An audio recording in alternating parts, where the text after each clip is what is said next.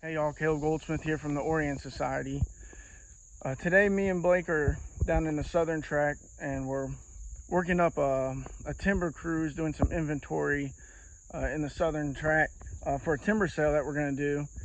And I figured it would be useful to give insight on kind of how we work these things up, and maybe some stuff that landowners or other people managing their land could use with really no tools other than maybe a penny or your thumb. So what we use is this little tool right here to get the basal area, called a angle gauge. You can also use a prism, which has a little bit of a different mechanism to calculate the trees, but I'll show you how to use this real quick. So these angle gauges I think are, I don't know, like $15 or $20. So this would be a basal area 5, basal area 10, basal area 20, and then across here, point to point, would be basal 40.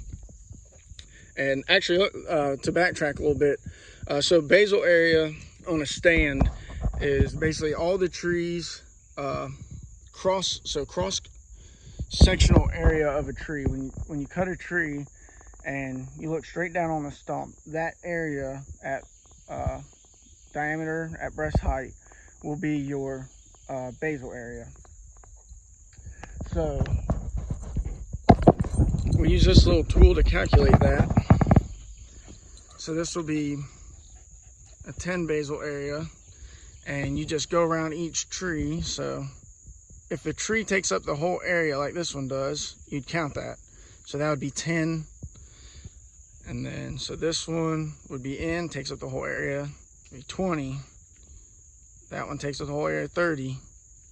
So this one is much smaller than the area. You see there's air, and you can see what's behind that tree on both sides here. So you won't count that. So we're still at 30, 40, 50, and then you get the idea. But you go all the way around and count each tree until you come back to the one you started on.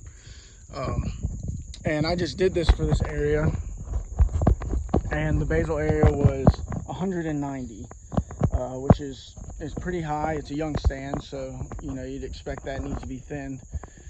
There's a lot of sweet gum in here that we could take out, but a way I want to show you that landowners could do this pretty easily. So for me, I've got this angle gauge, so I've figured out that if I stick my thumb in there, you can see that my thumb is exactly the width of that 10 basal area factor. So that's generally what I use. It's nice, your thumb's attached to your hand, you don't got carried anywhere in your pockets and stuff. So around the end of your arm, it's very easy to use. But I know a lot of people's thumbs are a lot fatter than mine, or maybe even skinnier.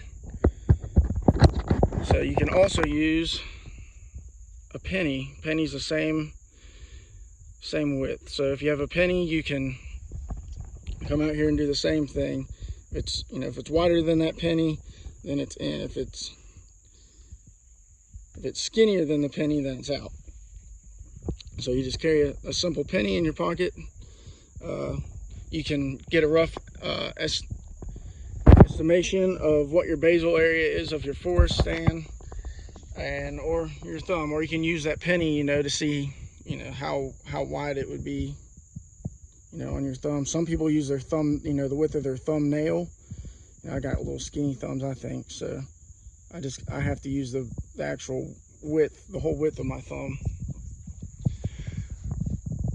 So easy way to calculate your basal area of your stand. Generally, for if you want to use it for wildlife purposes, you want to get a lot of sunlight to the ground. Me wearing my forester hat, it's hard. Plants need 3 things to grow. They need water, nutrients, and light.